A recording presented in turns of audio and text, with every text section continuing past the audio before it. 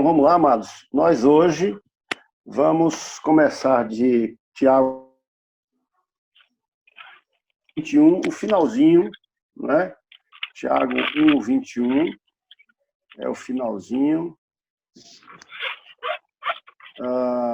Deixa eu sair mutando vocês todos.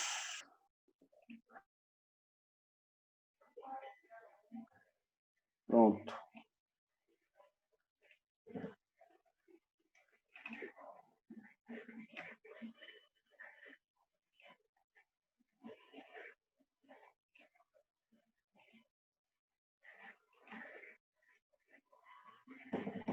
Ok.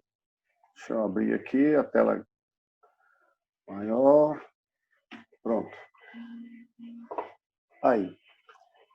Essa última parte é a parte que diz que a palavra de Deus, eu vou ler o verso 21 antes para vocês entenderem aí. Portanto, despojando-vos de toda impureza e acúmulo de maldade, acolhei com mansidão a palavra em vós implantada. Aí agora eu continuo, porque a gente vai pegar outra parte. A qual é poderosa para salvar a vossa alma. Não é? E aí depois ele diz, tornai-vos, pois... Veja, que esse pois aqui tem a ver com a parte anterior, é por isso que eu coloquei. Não é? Já que essa palavra, já que a palavra de Deus, a palavra que foi implantada em nós, é uma palavra poderosa para salvar a nossa alma, então ele diz, então, tornai-vos, pois, praticantes dessa palavra e não somente ouvintes, enganando-vos a vós mesmos. O que é que ele está dizendo? Que quando eu não pratico a palavra, eu só ouço, eu termino enganando a mim mesmo. E aí ele vai explicar como é que isso acontece. Porque se alguém é ouvinte da palavra e não praticante, assemelha-se ao homem que contempla no espelho o seu rosto natural, pois a si mesmo se contempla e se retira, e para logo se esquece de como era a sua aparência. Mas aquele que considera atentamente na lei perfeita, a lei da liberdade, e nela persevera, não sendo ouvinte negligente, mas operoso praticante, esse será bem-aventurado no que realizar. Pessoal, deixa eu parar aqui para vocês entenderem uma coisa aqui. A gente começa a entender um pouco dos ouvintes, das pessoas para quem essa epístola foi escrita. Quando Tiago começa a falar essas coisas, é porque Tiago estava tendo problemas lá na igreja, entre os cristãos lá daquela época. Né? Se ele vai exortar as pessoas a não serem apenas ouvintes, mas praticantes, então tem alguma coisa que está lá com problema.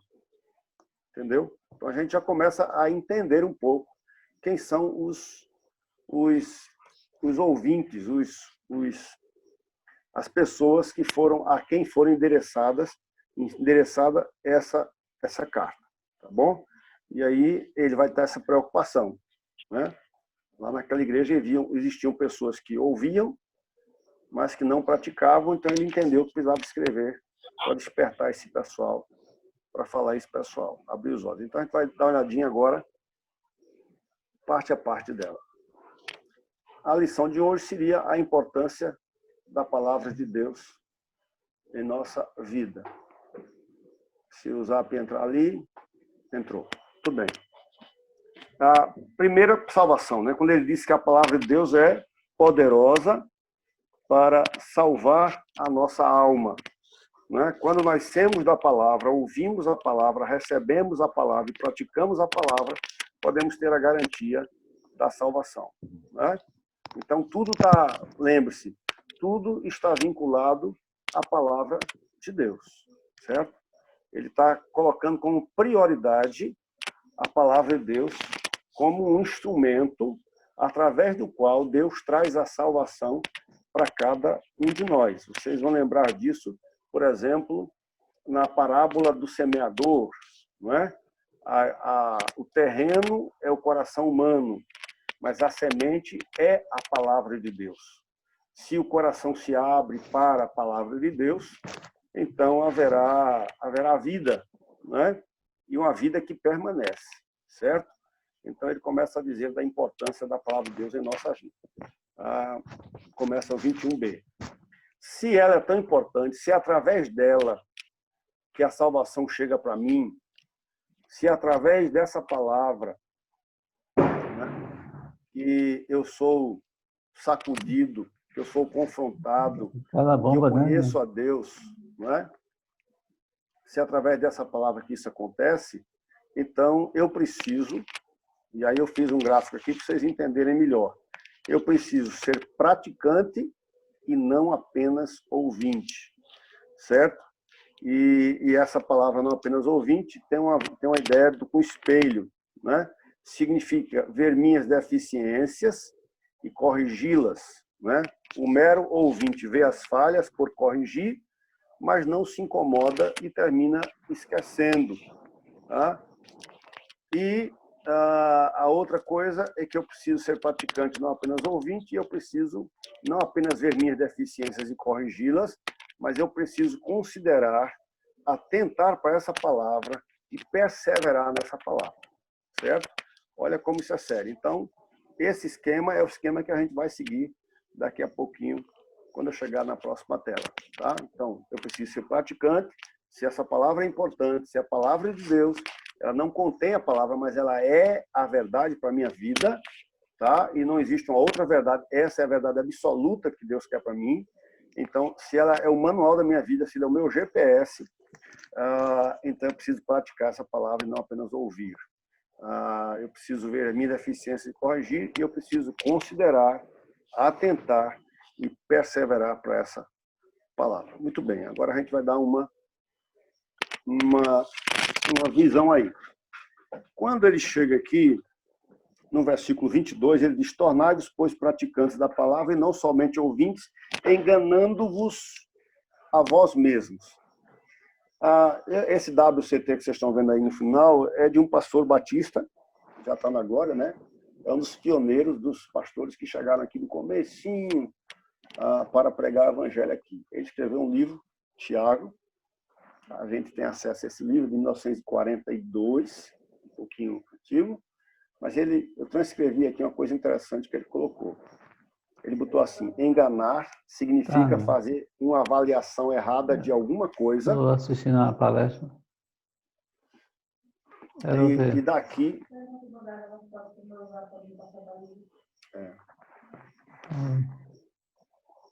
Deixa eu ver se Itamar... Itamar, tu pode mutar teu microfone? Muta aí teu microfone, porque aí você ouve, mas a gente não escuta. Joia, obrigado, Itamar. Então, enganar significa fazer uma avaliação errada de alguma coisa e daí levar alguém ao erro por causa dessa avaliação, certo? Eu avaliei errado. Então, ouvir tão somente não salva. A palavra é poderosa para salvar a alma se essa palavra é acolhida e praticada. O original sugere que o homem leva a sua própria alma à parte para uma palestra íntima e adoutrina ela para o mal e para a ilusão, e para o engano. Olha como é interessante. É como se eu tirasse a alma dentro do meu corpo, levasse ela para um lugarzinho, conversasse com ela, certo? E nessa conversa eu terminasse levando ela para o mal e para ser iludida. Tá? Então, amados, prestem atenção, porque isso aqui, essa noite, é muito sério. Isso aqui é muito sério. Porque há muita gente dentro da igreja que está enganada. Há muita gente da igreja que tem uma avaliação errada ou de alguma doutrina, ou de alguma coisa que ouviu, tá certo? Ou de alguma coisa que ele experimentou, e aí ele fez uma avaliação errada, sabe? E aí ele mesmo termina se enganando por conta daquilo que ele crê, dessa avaliação que ele fez. E aí eu coloquei 2 textos que são palavras de Jesus e que certamente o Tiago, que era irmão de Jesus, pensou nesse texto, nesses dois textos, quando escreveu isso, desse engano. Primeiro texto, Mateus 7:21. Nem todo que me diz Senhor, Senhor, entrará no reino dos céus, mas aquele que faz a vontade de meu Pai que está nos céus. E vocês vão lembrar que no começo do estudo eu expliquei para vocês essa palavra aí, Senhor, Senhor, né? Que é a palavra Kyrios, que é a palavra que era usada para o imperador romano, né? Para a pessoa que tem o controle da sua vida. Então não adianta você dizer assim, não adianta você dizer assim. É como se você dissesse, Deus tem o controle da minha vida, Deus manda em mim, tá? Mas eu não faço a vontade dele. Então o que é que Deus está dizendo? Que só falar que Jesus é o Senhor e que você está disposto a fazer a vontade dele, e você cantar isso, inclusive, mas se você não faz essa vontade, ele está dizendo que não importa, olha como isso é sério, que não importa aquilo que você tem na sua mente. Não importa o que você pensa. Porque, na verdade, ele está dizendo que você vai ficar fora do reino dos céus. E esse texto de Mateus é um texto muito pesado, porque o Senhor Jesus, quando ele fala esse texto, ele diz assim, naquele dia, hão de dizer-me, Senhor, Senhor, não temos profetizado em teu nome? E não, em teu nome não expelimos demônios? E em teu nome não fizemos muitos milagres? E o 23 diz assim, então lhes direi explicitamente, nunca vos conheci. Apartai-vos de mim, vocês que praticam iniquidade. Então, estar dentro de uma igreja, ter feito uma confissão religiosa, como vocês fizeram quando foram ser batizados, a certa profissão de fé, fizeram a confissão religiosa, vocês disseram aquilo que criam, ter levantado a mão, tá certo? Mas se eu fiz tudo isso, mas a vontade que prevalece diariamente na minha vida é a minha vontade, ao invés da vontade de Deus, tá certo? Então, você precisa parar e pensar direitinho, porque o Senhor Jesus está dizendo que você não vai entrar no reino dos céus. Mateus 12:50. Quando Maria chega, que a mãe de Jesus chega, e avisam lá, e Jesus diz assim, qualquer que fizer a vontade de meu Pai Celeste, esse é meu irmão, minha irmã e minha mãe. O que é que ele está dizendo? Que mais importante de qualquer outra relação, tá certo? O mais importante é que a minha vontade seja feita. Olha como isso é sério para nós pensarmos nessa noite, certo? Então essa é a primeira coisa. Quando ele diz assim, em Tiago, comecinho Tiago, tornai-vos, pois, praticantes da palavra e não somente ouvintes, porque senão você vai estar só se enganando a si mesmo. Você vai passar muito tempo dentro da igreja e um dia, quando você morrer, ou quando Jesus voltar, você vai esperar entrar no céu e você vai ouvir de Jesus dizendo, apartai-vos de mim, malditos. Senhor, eu cantei lá no conjunto, Senhor, eu conheci os hinos, Senhor, eu li a tua palavra, Senhor, eu fiz isso, aquilo. Ele está dizendo, mas a ler a palavra, cantar hinos, sem fazer a minha vontade, você está fora. É uma bronca, não é? Vamos andar um pouquinho mais para vocês entenderem. Pessoas no espelho.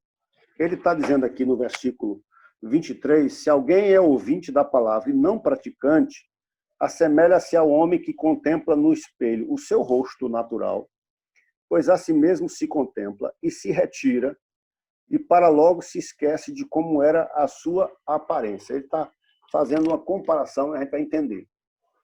Qual é a finalidade de alguém olhar-se no espelho? Qual é a finalidade de alguém examinar-se no espelho, se não para, em seguida, ajeitar a sua aparência, retocando ali, aqui e ali, os defeitos que o espelho revelou, e que a pessoa, por si só, não poderia ver. É uma pergunta, né? De que adianta você olhar no espelho, tá certo? Você acordou pela manhã, tá lá o seu cabelo todo desmantelado, fazer assim, nordestino, seu cheio de remela, né? Você todo desmantelado. Quando você olha no espelho, o espelho está mandando uma mensagem para você. Qual é a mensagem? Seu cabelo está desarrumado, seus olhos estão sujos e você precisa consertar. Tá bom? Então, o espelho existe para isso. Então, ele está comparando o espelho com a palavra. Tá certo? Qual é a finalidade de ouvirmos a palavra de Deus, se não para corrigir nossos erros e sermos instruídos e encorajados a fazer o que é correto? Percebeu? Se eu tenho um espelho, e esse espelho me revela uma verdade, me revela a minha situação, a situação da minha aparência, e se eu vejo aquilo e não faço nada, para que eu tenho um espelho? Se eu escuto a palavra de Deus, e Deus, através da sua palavra, fala para o meu coração, que tem coisas que precisam ser corrigidas e mudadas na minha vida, e eu não faço nada, para que a palavra? Essa é a ideia. Né? Esse era um problema antigo. Eu botei aí o texto de Ezequiel 33, 31 e 32. O meu povo vem a você, como costuma fazer, e se assenta diante de você para ouvir as suas palavras, mas não as põe em prática.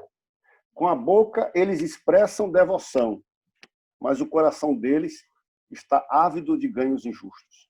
De fato, para eles você não é nada mais do que alguém que entoa cânticos de amor com uma bela voz e que sabe tocar um instrumento, pois eles ouvem as suas palavras, mas não as põem em prática. Entendeu? Olha o que Ezequiel está falando. Olha que situação, né? O povo se assentava, ouvia as palavras, expressavam com a boca a devoção, quer dizer, diziam que cantavam aquilo, tá? Mas só com a boca, porque o coração estava afastado de Deus. E a voz do profeta para eles, ao invés de chocá-los, ao invés de chamá-los a uma reflexão e fazer com que eles mudassem, a voz do profeta era como a voz de alguém que entoava músicas de amor, e que tocavam um instrumento, mas eles tão somente ouviam, mas não colocavam em prática. Entendeu o que eu tentar querendo dizer? Se você tem a palavra de Deus, se você aceitou essa palavra na sua vida um dia, e se você olha para essa palavra, a palavra fala para você, e você não muda, então ele está dizendo que é como aquela pessoa que vê o seu erro no espelho, vê o que precisa ser feito, consertado, ajeitado, e ele deixa do jeito que está. Né? Ele deixa do jeito que está.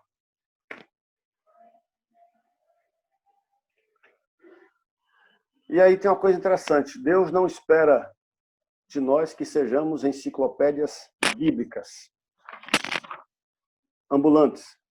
Deus quer que nós sejamos santos. Olha como isso é sério.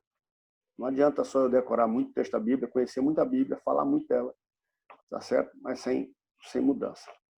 Quantos, antes de abrir a Bíblia para ler, oram pedindo que Deus os corrija? Ensine-os, exorte-os, repreenda-os e eduque-os em toda a justiça.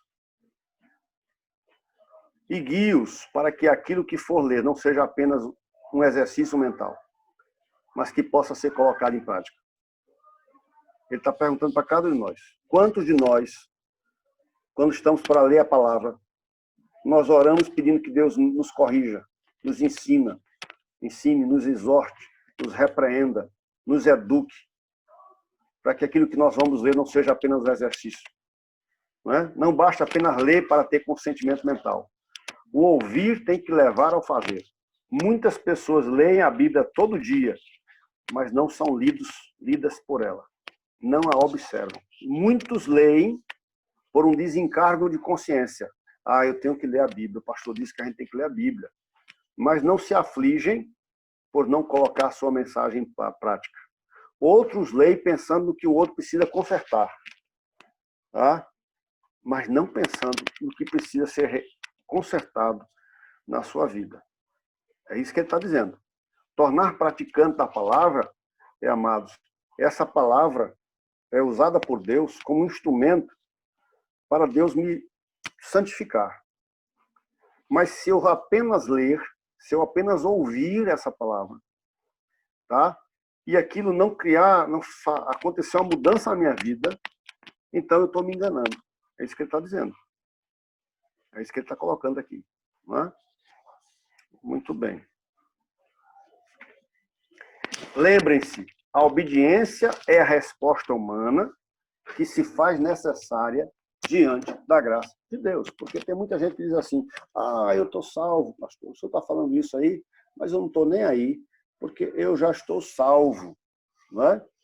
E aí nós colocamos a obediência é a resposta humana que se faz necessária diante da graça de Deus. Os dois fatores, a graciosa iniciativa de Deus, que é a graça dele, e a resposta em gratidão do homem, são partes integrantes do Evangelho. Uma coisa não se dissocia da outra. Salvo, mas eu levo uma vida como um porco, que é uma coisa errada. Eu sou salvo. Deus me tirou do poço de perdição, mas eu quero estar dentro daquele poço. De novo, tem uma coisa errada. Eu sou salvo, porque Jesus morreu por mim na cruz. E aleluia, porque ele fez isso. Né? Mas e se isso não faz com que haja uma mudança na minha vida, então uma mudança gradativa, claro, a gente não está falando de uma mudança instantânea, nós já falamos sobre isso quando nós falamos do Espírito Santo, não é uma mudança instantânea, né? Mas é uma mudança, quando eu falo mudança instantânea, eu estou falando de mudança ética, né? Aquilo que está dentro da gente. Não é instantânea, mas é gradativa, aquilo que a gente chama de santificação. Se isso não acontece, se essa santificação não acontece, é como alguém já disse, eu não sou o que deveria ser hoje, mas eu também já não sou o que eu fui ontem. Olha como interessante. Eu não sou o que eu deveria ser, futuro. Né? Eu não sou hoje o que eu deveria ser, o que Deus pensou para mim. Mas também já não sou, tá certo? O que eu fui ontem. Quer dizer, houve uma mudança. É isso que ele está dizendo. Praticantes da palavra, e não somente ouvintes, mas praticantes. Quando chega no 25, ele diz assim, mas aquele que considera atentamente, olha as palavrinhas, considerar atentamente na lei perfeita, lei da liberdade, e nela persevera, olha a palavrinha, considerar atentamente, perseverar, não sendo ouvinte negligente, mas operoso praticante, esse será bem-aventurado no que realizar.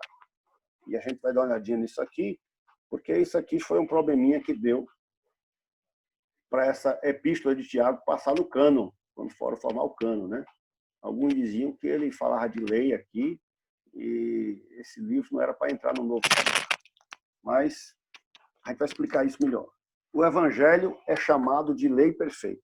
Quando ele fala aqui que aquele que considera atentamente na lei perfeita, a lei da liberdade, ele está falando do Evangelho. Tá?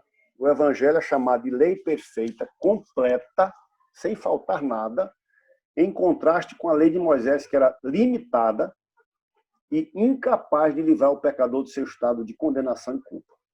Tá? A lei do Antigo Testamento apontava o erro, mas não dava capacitação ao indivíduo para sair daquele estado. Tá? Não tinha condições de livrar o pecador do seu estado de condenação e culpa. Era o que a lei fazia. Mas o Evangelho, ele diz que é uma lei perfeita. É por isso que Paulo vai dizer, mesmo que alguém, um anjo desça do céu, para apresentar um outro evangelho que não seja esse que eu preguei a vocês, é anátema, é maldito. Não aceito. Por quê? Porque quando Jesus veio e o Novo Testamento fechou, então esse evangelho é perfeito, quer dizer, não falta nada. Está tudo ali dentro.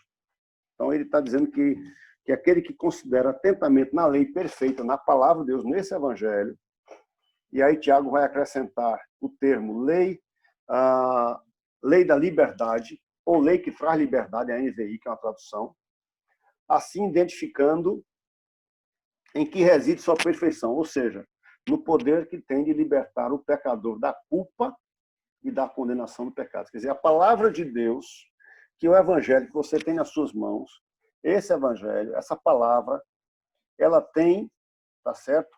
E lhe dá o poder de você ser liberto, a libertar o pecador da culpa e da condenação do pecado. A gente já falou sobre isso quando nós falamos da palavra de Deus, quando nós falamos que a palavra de Deus é aquela que nós somos transformados através dessa palavra, nós somos mudados através dessa palavra. Muito bem. 1 Pedro 1 Pedro 1:23, né? Nós lemos sobre isso. Pois foste regenerados não de semente corruptível, mas de incorruptível, mediante a palavra de Deus, a qual vive e é permanente. Certo? Então, vamos lá. Porém, a fonte de onde provavelmente veio a ideia de Tiago foi suas memórias de Mateus 5,17. Quando Jesus diz assim, não penseis que eu vim para revogar a lei ou os profetas. Eu não vim revogar, mas para cumprir. E de João 8,33, que ele ouviu certamente nos lábios de Jesus, porque ele era irmão de Jesus, andava com Jesus. Conhecereis a verdade e a verdade vos libertará. É por isso que Tiago diz assim, que essa lei é a lei da liberdade. Não é? É a lei da liberdade. Quer dizer, o evangelho aqui, ele não está falando da lei de Moisés, mas ele está falando do evangelho. O evangelho é perfeito e o evangelho traz liberdade para o homem. Não é? Na epístola de Tiago, a lei significa unicamente as partes da lei ética que foram confirmadas pela religião cristã. A gente precisa lembrar que na lei havia parte cerimonial, essa parte cerimonial foi extinta. Existiam as partes civis, que nós já não cabe mais aqui, porque era daquela cultura. E existia a parte ética. Então, a parte ética, o Senhor Jesus está dizendo que ele não veio revogar, mas ele veio para cumprir. Tá? E toda vez que você vê Tiago falando de lei perfeita, ele está falando justamente de toda a palavra de Deus, no Antigo Testamento, no Novo Testamento, ele está falando de tudo isso como a lei, aquilo que Deus queria que você soubesse, aquilo que Deus usa, o instrumento que ele usa é a sua palavra para trazer vida para você. Se essa lei é perfeita, se essa lei traz liberdade, amados, então eu não posso considerar ela como qualquer coisa, a ponto de ser um ouvinte negligente, certo? E aí,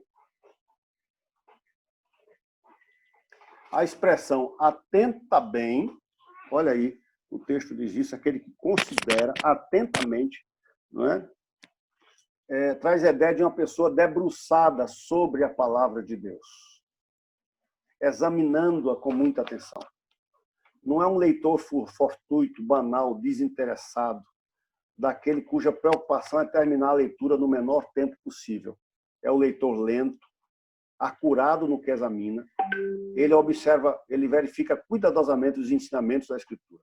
E duas palavras contrastam a seriedade com que ele contempla essa palavra. Primeiro, observa atentamente. Na minha tradução tem considera atentamente. É a palavra que comunica a maneira como João olhou para o sepulcro de onde Jesus ressurgira pouco antes.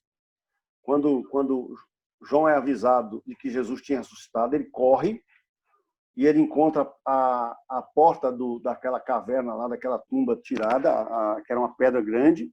Ele entra e ele para examinar atentamente.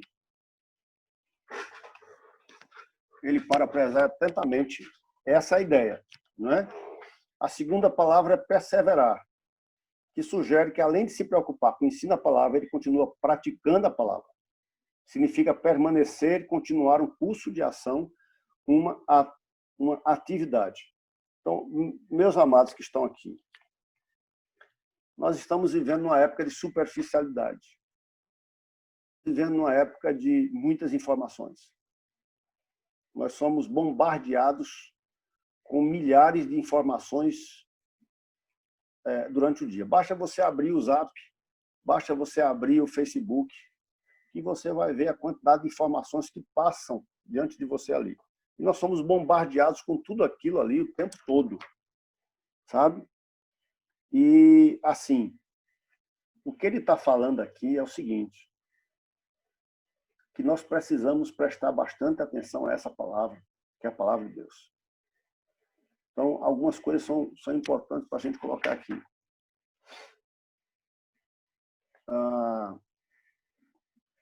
Como você...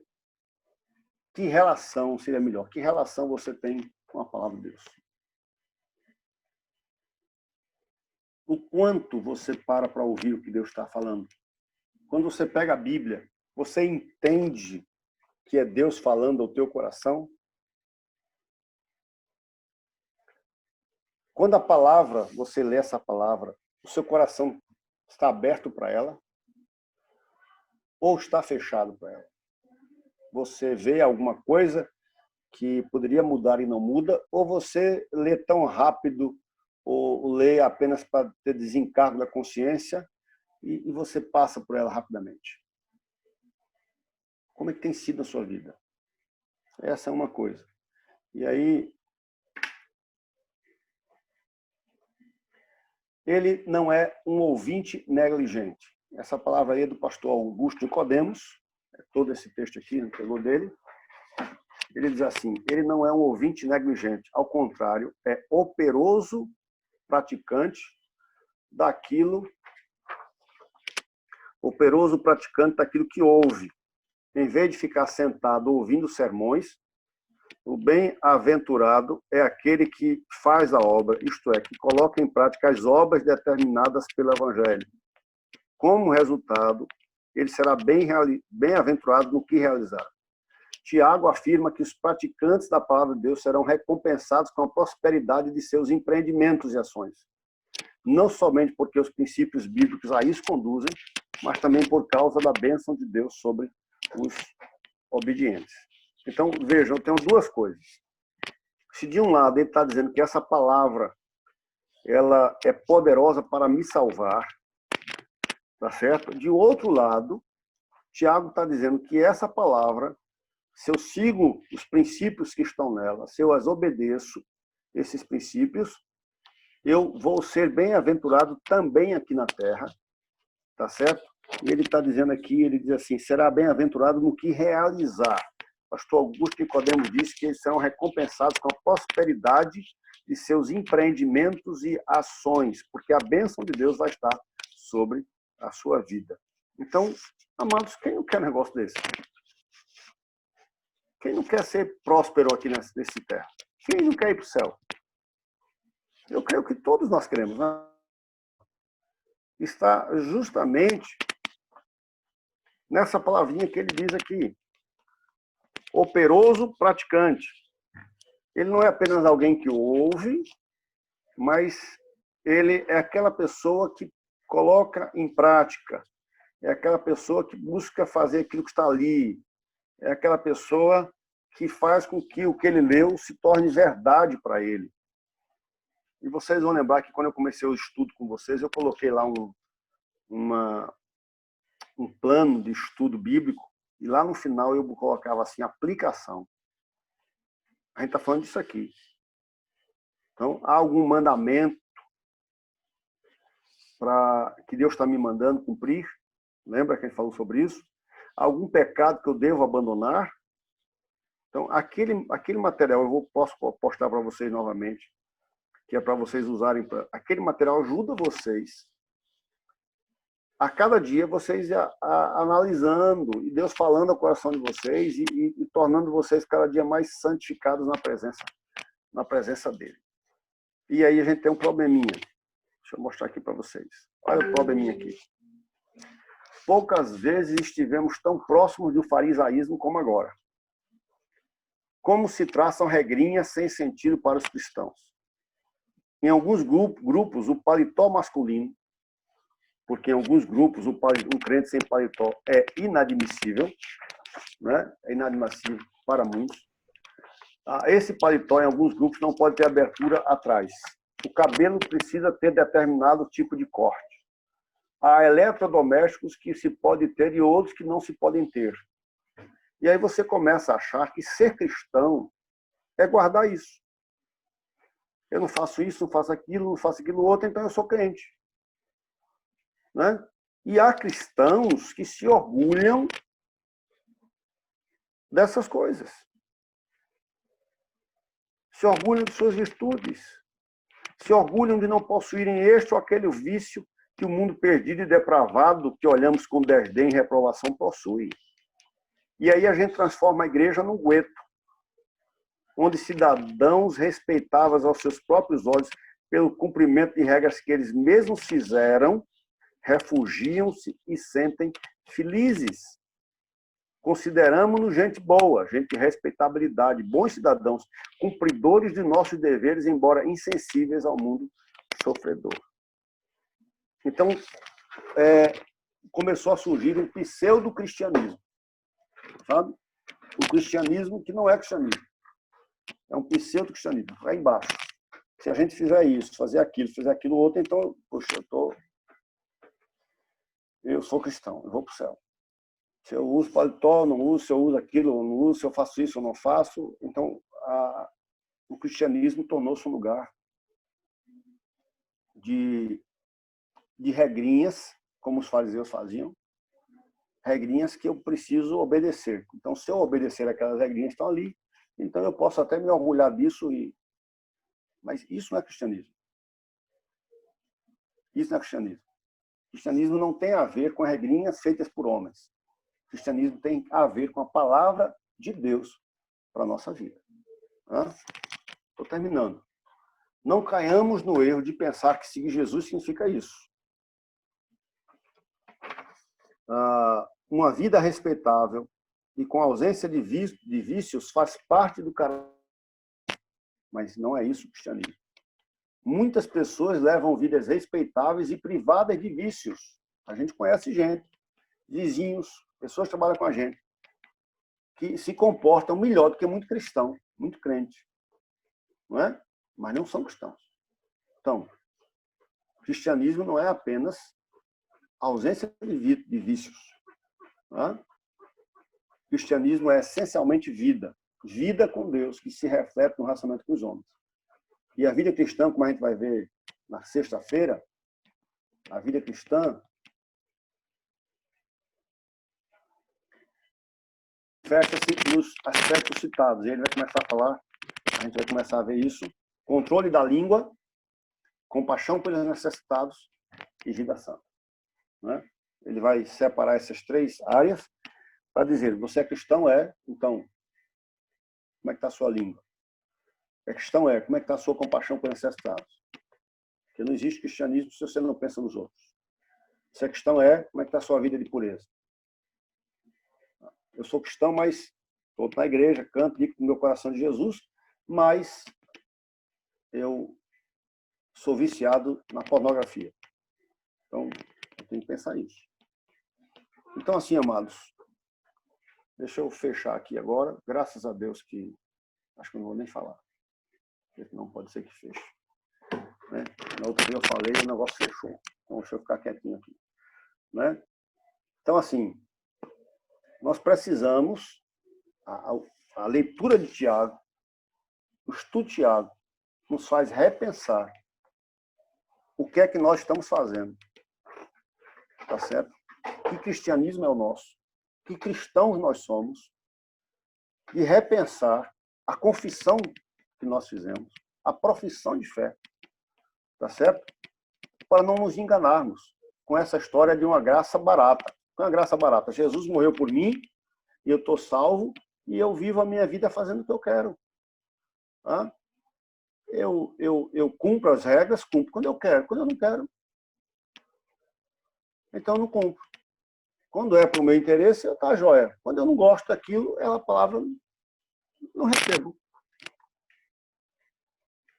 Entenderam? Então, assim, Tiago está dizendo que essa pessoa não se engane. Tiago está dizendo que aquele que não considerar na lei da palavra, na lei perfeita, nessa palavra, na palavra de Deus, esse cara, essa pessoa, cada um de nós aqui, a gente pode correr o risco. E quando chegar no dia do juízo, nós ficarmos de fora. Isso é muito sério. Porque isso não é antichamento. Ah, pastor, mas o senhor está falando contra a graça? Não. A gente viu o que Jesus disse. Profetizaram meu nome, expeliram demônios em meu nome, curaram em meu nome, e Jesus disse, conheço vocês não. Conheço vocês não. Apartai-vos de mim, vocês que praticam iniquidade. Iniquidade tem a ver com aquele pecado que está aqui dentro, aquilo que está aqui dentro do meu coração. Entendeu? Então, assim, amados, deixa eu chamar vocês para duas coisas. Se você não começou, ou se começou, mas não começou como deveria, vamos começar a mudar. Então, primeira coisa, comece a arrumar tempo com a Bíblia. Porque nela eu tenho a lei perfeita. Nela eu tenho a liberdade. Nela eu tenho a vontade de Deus para a minha vida. Comece a buscar tempo com a palavra. Isso não é apenas para pastor, não é apenas para líder. Isso é para cada um de nós. É essa palavra aqui, tá certo? Que Deus preservou. Tá? Vocês já imaginaram o quanto já foi feito para essa Bíblia sumir da sua mão? Você já imaginou isso? Você não sabe, não. A maioria de vocês, antes de vocês nascerem, em Limoeiro, foi feito queima de Bíblia, na praça ali em frente à Igreja Católica. Queima de Bíblia. Porque diziam que as Bíblias eram dos crentes, chamada de capa preta. E a Igreja Católica promoveu essa queima de Bíblia, tá certo? Para que os cristãos, as pessoas não lessem a Bíblia e não fossem, na cabeça deles, contaminados. Essa é a ideia. Você imaginou quanto já foi feito para que essa palavra sumisse? E ela está aqui. Por quê? Porque ela é palavra de Deus. E a palavra de Deus, o homem tenta, faz uma coisa e outra, arranca, mas está aqui. Então, primeira coisa, eu vou jogar aí para você de novo, lá no grupo do Zap, aquela questão da hora silenciosa. As perguntas que você... Amados, se você olhar direitinho, a gente passa mais tempo no Face e no Zap do que com a palavra de Deus. Então começa. Quantas pessoas passam mais tempo num joguinho? Ou numa série de televisão, ou numa novela. Então, começa a examinar a palavra. A considerar na palavra. Tá? Começa a ver, quando você abrir a Bíblia, não leia apenas porque o pastor disse que era para ler. Mas leia, perguntando, meu Deus, o que é que o Senhor quer para a minha vida hoje? Qual é a mensagem que o Senhor tem para a minha vida hoje? O que é que eu preciso melhorar, mudar, crescer? Então, não despreze a palavra. Essa é a primeira coisa. Segunda coisa, vamos começar a sermos operosos praticantes. E não, ele fala aqui de ouvinte negligente. Você sabe o que é um ouvinte negligente? Minha mãe tinha uma tradução para isso. Era o mal ouvido. O mal ouvido. É aquele cara que minha mãe dizia assim, Rinaldo, tomar banho. Eu era jovem, né? Jovenzinho, adolescente. E eu ouvia, mas não ia. Rinaldo, vou tomar banho. Aí na segunda vez ela dizia assim, se eu for na terceira, já vai ser com a sandália para você apanhar e tomar banho com couro quente. Você sabe o que era o couro quente? Ela pegava aquela chinela de sola, aquela chinela de sola dói. Ela baixava a calça e tome no bumbum. Eu ia tomar banho de couro quente. Porque esse menino é mal ouvido.